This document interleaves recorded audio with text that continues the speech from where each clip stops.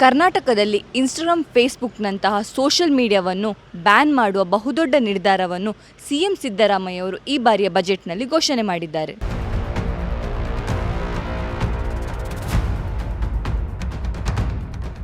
ಕರ್ನಾಟಕದಲ್ಲಿ 16 ವರ್ಷದೊಳಗಿನ ಮಕ್ಕಳಿಗೆ ಫೇಸ್ಬುಕ್, ಇನ್ಸ್ಟಾಗ್ರಾಮ್, ಯೂಟ್ಯೂಬ್ ಸೇರಿದಂತೆ ಎಲ್ಲಾ ಮಾದರಿಯ ಸೋಷಿಯಲ್ ಮೀಡಿಯಾ ನಿಷೇಧಿಸುವ ದೊಡ್ಡ ನಿರ್ಧಾರವನ್ನು ಸಿಎಂ ಸಿದ್ದರಾಮಯ್ಯನವರು ಬಜೆಟ್ನಲ್ಲಿ ಅನೌನ್ಸ್ ಮಾಡಿದ್ದಾರೆ.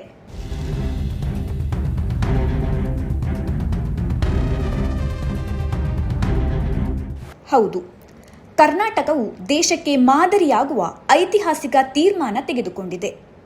ಆ ಪ್ರಕಾರ ಫೇಸ್ಬುಕ್, ಇನ್ಸ್ಟಾಗ್ರಾಮ್, ಟ್ವಿಟ್ಟರ್, ಯೂಟ್ಯೂಬ್ ಹೀಗೆ ಯಾವುದೇ ಸೋಷಿಯಲ್ ಮೀಡಿಯಾವನ್ನು 16 ವರ್ಷದೊಳಗಿನ ಮಕ್ಕಳು ಬಳಕೆ ಮಾಡುವ ಹಾಗಿಲ್ಲ.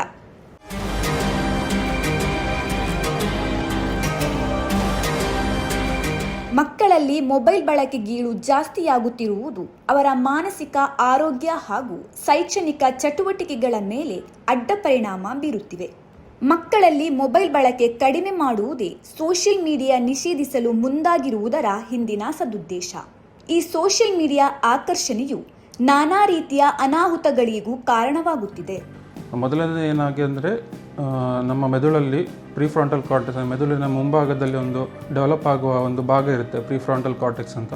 ಸೊ ಈ ಏಜಲ್ಲಿ ಸ್ಪೆಷಲಿ 15-16 ಇಯರ್ಸ್ ಇರುವಾಗ ಬ್ರೈನ್ ಪ್ರಿಫ್ರಾಂಟಲ್ ಕಾರ್ಟೆಕ್ಸ್ ಅದು ಡೆವಲಪ್ ಆಗುವ ಸ್ಟೇಜಲ್ಲಿ ಇರುತ್ತೆ. ಸೊ ಆ ಟೈಮಲ್ಲಿ ಸೋಷಿಯಲ್ ಮೀಡಿಯಾದಲ್ಲಿ ತುಂಬ ನಾವು ಯೂಸ್ ಮಾಡಿದರೆ ಅದು ಗಮನ ಎಲ್ಲ ಸೋಷಿಯಲ್ ಮೀಡಿಯಾ ಕಡೆ ಹೋಗುತ್ತೆ. ಸೊ ಆ ಟೈಮಲ್ಲಿ ನಮ್ಮದು ಡಿಸಿಷನ್ ಮೇಕಿಂಗ್ ಕೆಪಾಸಿಟಿಯಲ್ಲಿ ಸ್ವಲ್ಪ ಪ್ರಾಬ್ಲಮ್ಸ್ ಆಗಿ ಕಂಡುಬರುತ್ತದೆ ಇನ್ನು ಫ್ಯೂಚರಲ್ಲಿ. ಸೆಕೆಂಡ್ ಒನ್ ಏನಾಗಿದೆ ಅಂದರೆ, ಅವಲಂಬನೆಯೇ ಜಾಸ್ತಿ ಆಗುತ್ತೆ ಸೋಷಿಯಲ್ ಮೀಡಿಯಾದಲ್ಲಿ. ಸೊ ಫಾರ್ ಎಕ್ಸಾಂಪಲ್ ತುಂಬ ಲೈಕ್ಸ್ ಬರುತ್ತೆ, ತುಂಬ ಕಮೆಂಟ್ಸ್ ಎಲ್ಲ ನೋಡ್ತೀರಿ, ಪ್ಲಸ್ ಈ ಆಲ್ಗೊರಿದಮ್ ನಮ್ಮ ಪ್ರಕಾರ ಈ ಕಸ್ಟಮೈಸ್ಡ್ ಆಗಿ ಸೆಟ್ ಮಾಡಿರ್ತಾರೆ. ಸೊ ಅದನ್ನು ನೋಡಿ ಇನ್ನೂ ಸೋಷಿಯಲ್ ಮೀಡಿಯಾ ಯೂಸ್ ಮಾಡುವಂಥ ನಮಗೆ ಆಸಕ್ತಿ ಬರುತ್ತೆ. ಸೊ ಅದರಿಂದ ಅವಲಂಬನೆ ಜಾಸ್ತಿ ಆಗುತ್ತೆ. ಮೂರನೇದು ಏನಂದರೆ, ಆತ್ಮ ಗೌರವದ ಲಕ್ಷಣಗಳು ಕಮ್ಮಿ ಆಗುತ್ತೆ. ಸೊ ಅದಂದರೆ ಲೋ ಸೆಲ್ಫ್ ಎಸ್ಟೀಮ್ ಅಂತಾರೆ. ಸೊ ಯೂಶ್ವಲಿ ನಾವು ಈ ಸೋಷಿಯಲ್ ಮೀಡಿಯಾದಲ್ಲಿ ನೋಡುವಾಗ ತುಂಬ ಫ್ಯಾನ್ಸಿ ಲೈಫ್ ನೋಡ್ತೇವೆ, ತುಂಬ ಸೆಲೆಬ್ರಿಟಿ ಲೈಫ್ ನೋಡ್ತೇವೆ. ಸೊ ಈ ಲೈಫ್ ನಮಗೆ ಯಾಕೆ ಇಲ್ಲ ಅಂತ ಆ ಥರ ಹೇಳಿ ಅದು ಲೋ ಸೆಲ್ಫ್ ಎಸ್ಟೀಮ್ ಸ್ಟಾರ್ಟ್ ಆಗುತ್ತೆ. ಸೊ ಅದರಿಂದ ಆತಂಕ, ಡಿಪ್ರೆಷನ್ ಎಲ್ಲ ಶುರುವಾಗುತ್ತದೆ. ಮಕ್ಕಳು ಇನ್ಸ್ಟಾಗ್ರಾಮ್, ಫೇಸ್ಬುಕ್, ಯೂಟ್ಯೂಬ್ನಲ್ಲಿ ರೀಲ್ಸ್, ವಿಡಿಯೋ ಪೋಸ್ಟ್ ಮಾಡಿ ಲೈಕ್ಸ್, ವ್ಯೂಸ್ ನಿರೀಕ್ಷೆ ಮಾಡುತ್ತಾರೆ. ಒಂದೊಮ್ಮೆ ಹೆಚ್ಚು ವ್ಯೂಸ್ ಬರದಾಗ ಮಾನಸಿಕ ಖಿನ್ನತೆಗೆ ಒಳಗಾಗುವುದಕ್ಕೆ ನಮ್ಮ ಕಣ್ಣ ಮುಂದೆಯೇ ಹಲವು ನಿದರ್ಶನಗಳಿವೆ. ಪ್ಲಸ್ ಸೋಷಿಯಲ್ ಮೀಡಿಯಾದಿಂದ ಕೂಡ ಡಿಪ್ರೆಷನ್ ಮತ್ತು ಆಂಗ್ಸೈಟಿ ಇಶ್ಯೂಸ್ ಕಂಡುಬರುತ್ತದೆ. ಕೆಲವು ಕೇಸಸ್ ನೋಡಿದ್ದೇವೆ, ನಾವು ತುಂಬ ಸೋಷಿಯಲ್ ಮೀಡಿಯಾ ಯೂಸ್ ಮಾಡುವಾಗ ನಿದ್ರೆ ಸಮಸ್ಯೆಗಳು ಕಂಡುಬರುತ್ತದೆ, ಎಸ್ಪೆಷಲಿ ಮಕ್ಕಳಲ್ಲಿ 15-16 ವಯಸ್ಸಲ್ಲಿ ಸ್ಲೀಪ್ ಇಶ್ಯೂಸ್ ಆಗಿ ಬರುತ್ತದೆ. ಯಾಕಂದರೆ ರಾತ್ರಿ ತುಂಬ ಸೋಷಿಯಲ್ ಮೀಡಿಯಾ ಫೋನ್ ಯೂಸ್ ಮಾಡಿರ್ತದೆ. ಸೊ ಅದು ಕಂಟಿನ್ಯೂಸ್ ಯೂಸ್ ಮಾಡ್ತಾ ಸ್ಲೀಪ್ ಇಶ್ಯೂಸ್ ಸ್ಟಾರ್ಟ್ ಆಗುತ್ತೆ. ಸೊ ಸ್ಲೀಪ್ ಇಶ್ಯೂಸಿಂದ ಆತಂಕದ ಸಮಸ್ಯೆ ಹಾಗೂ ಡಿಪ್ರೆಷನ್ನು ಕಂಡುಬರುತ್ತದೆ.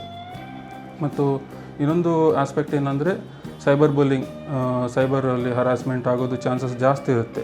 ಸೊ ಈ ಸೈಬರ್ ಹರಾಸ್ಮೆಂಟ್ ಹಾಗೂ ಸೈಬರ್ ಬುಲ್ಲಿಂಗಲ್ಲಿ ಜಾಸ್ತಿ ಆದರೆ ಅದರಿಂದ ಸಹ ಮಾನಸಿಕದ ತೊಂದರೆಗಳು ಉಂಟು ಬರುತ್ತದೆ.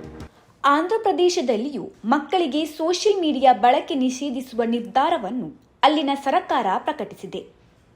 ಹೀಗಿರುವಾಗ ಕರ್ನಾಟಕದಲ್ಲಿಯೂ 16 ವರ್ಷದೊಳಗಿನ ಮಕ್ಕಳಿಗೆ ಸೋಷಿಯಲ್ ಮೀಡಿಯಾ ಬಳಕೆ ನಿಷೇಧ ಮಾಡುವುದಾಗಿ ಘೋಷಣೆ ಮಾಡಲು ಹೊರಟಿರುವುದನ್ನು ಹಲವರು ಸ್ವಾಗತಿಸುತ್ತಿದ್ದಾರೆ. ಈ ಟೈಮಲ್ಲಿ ಒಪಿನಿಯನ್ ಹೇಳೋದು ಕಷ್ಟ, ಯಾಕಂದರೆ ಅದರದ್ದು ಇನ್ನೂ ಆಫ್ಟರ್ ಎಫೆಕ್ಟ್ಸ್ ನಾವು ನೋಡಬೇಕು.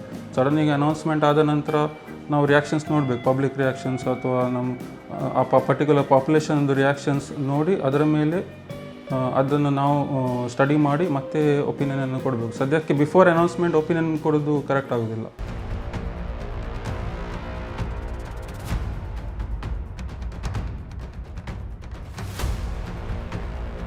ಸರ್ಕಾರ ಈಗಷ್ಟೇ 16 ವರ್ಷದೊಳಗಿನ ಮಕ್ಕಳಿಗೆ ಸೋಷಿಯಲ್ ಮೀಡಿಯಾ ಬ್ಯಾನ್ ಮಾಡೋದಾಗಿ ನಿರ್ಧಾರ ತೆಗೆದುಕೊಂಡಿದೆ. ಈ ನಿರ್ಧಾರ ಎಷ್ಟರ ಮಟ್ಟಿಗೆ ಪರಿಣಾಮಕಾರಿಯಾಗಿ ಜಾರಿಗೆ ಬರಬಹುದು ಅನ್ನೋದನ್ನು ಕಾದು ನೋಡೋಣ. ಡೇ ಟು ಡೇ ನ್ಯೂಸ್ ಜೊತೆ ಅನುಶ್ರೀ ರೈ.